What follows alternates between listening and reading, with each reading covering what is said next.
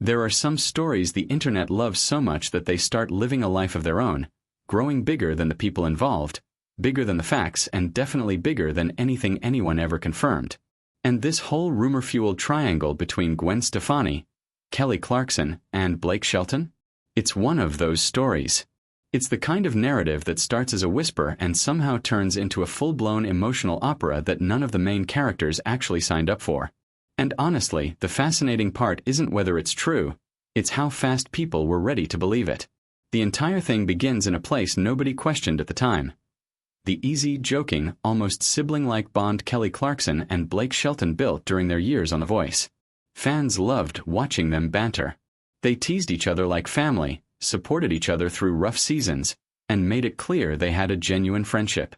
But in the world of online storytelling, that sort of closeness doesn't stay innocent for long. People start connecting dots that don't exist, pulling memories from old clips, and stitching together timelines that never overlapped in real life.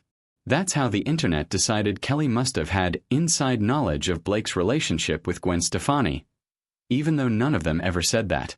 Once fans decide someone knows something, the avalanche begins. They grab interview clips from years ago, analyze glances that lasted less than a second, and turn harmless jokes into hidden confessions. Suddenly, a simple comment Kelly made 5 years back becomes proof, and people start acting like she whispered some heartbreaking truth about Blake and Gwen's marriage behind the scenes. And because Gwen's public image is polished, intentional, controlled, the kind of presence that floats across a room like nothing touches her, internet storytellers make her the emotional center of the drama. Rumors suggest Gwen heard one of these supposed comments and spiraled into panic, as if someone pulled the curtain back on her carefully built world before she was ready. The internet paints her as someone who's always balancing glamour with heartbreak, someone who looks untouchable on stage but might crumble quietly when the cameras click off. Fans imagine her hearing Kelly's speculated words and feeling blindsided, not because of what was said, but because of who it supposedly came from. From there, the fictional narrative gets deeper. People start imagining Gwen demanding answers from Blake, asking exactly what he told Kelly over the years. Every vent session, every joke, every late-night conversation about life, marriage, heartbreak, or exhaustion. All of it transformed into evidence of betrayal, even though nobody ever confirmed anything. But that's how the internet works. The moment a rumor becomes juicy, it becomes permanent. People don't want clarification, they want drama. And so the imagined chain reaction begins. Fans picture Gwen freezing Kelly out, dodging calls, setting new emotional boundaries. They picture Blake caught in the middle, trying to keep peace between two women who never actually fought. Some even go as far as to speculate about ultimatums, the type of dramatic her or me lines you only hear in movies. Reports claim PR teams stepped in, trying to smooth things over. None of it confirmed. All of it wildly amplified. The story then shifts to a new layer of speculation. Gwen supposedly wanting Blake to distance himself from the Nashville circle. The country friends, the longtime collaborators, the ecosystem where everybody knows everybody else's business. Fans imagine her feeling like an outsider, stepping into a world that never fully made room for her, and quietly yearning to retreat into the shiny safety of Los Angeles where she can control her own narrative again. And it's wild, because none of this comes from real evidence. It comes from the collective imagination of the internet, a place where someone adjusting their hair becomes a sign of insecurity, where someone laughing too loudly is read as jealousy, and where simple human moments become clue boards for detectives looking for drama that doesn't exist. The rumor mill is relentless. Once people start searching for meaning, they can find a storm in a single raindrop. What's fascinating is how poetic these fan-made stories become. Gwen becomes the Hollywood dreamer trying to protect her image. Blake becomes the grounded country guy torn between two identities. Kelly becomes the truth-teller who sees more than she should and says things out loud without meaning to cause harm. Fans take those archetypes and build whole emotional universes where jokes become confessions, glances become wounds, and silence becomes the loudest signal of all. But somewhere behind all this imaginative chaos, there's a real exhaustion. Imagine waking up and seeing headlines about feelings you've never expressed, conflicts you never had, or heartbreak you never lived. Imagine strangers insisting they know what you're going through better than you do. Imagine the fear of losing control of your own story because the audience has already decided what the plot should be. That's the part people forget. Celebrities carry the weight of narratives they didn't write. Still, the rumor keeps spreading because it touches something familiar, something everyone understands.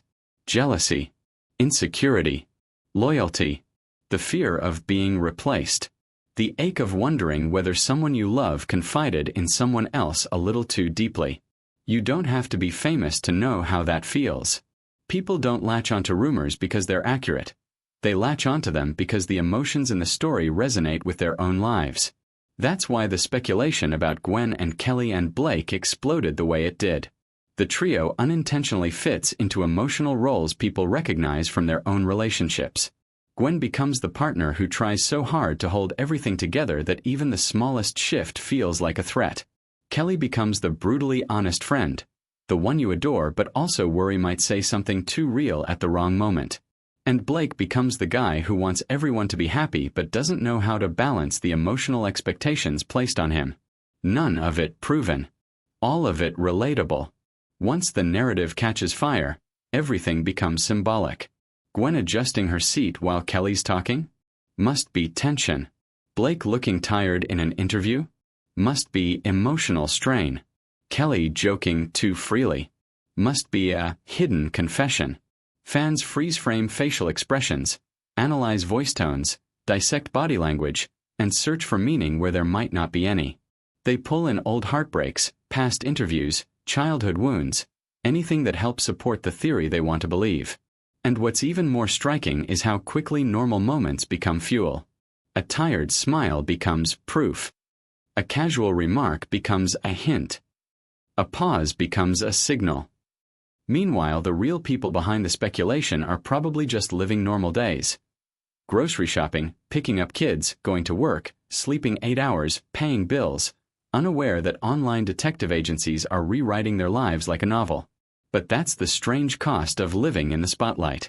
You live 2 lives at once. The real one inside your body and the fictional one inside the public's imagination. And the crowd will always choose the dramatic version.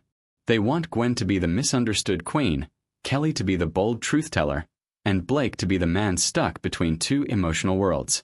Every retelling adds more color until the rumor stops being a rumor and becomes folklore. Sticky, permanent, etched into the internet like it actually happened. What keeps this story alive isn't the facts. It's the emotions people project onto it, because it mirrors situations we've all been in. That fear of someone misinterpreting you. That sting of realizing someone talked about you behind your back. That exhaustion of being caught between 2 people you care about. That burning desire to correct the story, but feeling powerless to do it. These are universal feelings. The rumor is just the mirror holding them up. Somewhere in the middle of all the speculation, it becomes clear that this saga hits people in the places they rarely talk about. The fear of not being enough. The fear of being misunderstood. The fear of losing the people you care about. And it's ironic because the very reason people connect so deeply with this story is the reason they forget something important. These are real people. Real lives. Real emotions. Probably living a reality completely different from the dramatic fanfiction being written about them. That's what makes gossip both addictive and dangerous. It gives us a place to explore our emotions, but it costs somebody else their peace. And it makes you wonder how anyone in the spotlight keeps their sanity when millions of strangers are convinced they know the real truth. If this video brought you something interesting or made your day a little brighter, drop a like, subscribe, or share it forward. It helps the story keep moving. And it leaves us with one last thought, the part of this whole saga that really matters. Have you ever had someone completely misread your intentions and build a whole story about you that wasn't true? And if you could go back to that moment now, what do you wish you could have said to clear the air? Because maybe that's the real reason this rumor refuses to fade. It's not about Gwen or Kelly or Blake. It's about the parts of ourselves we see in their imagined story, the parts we're still trying to understand.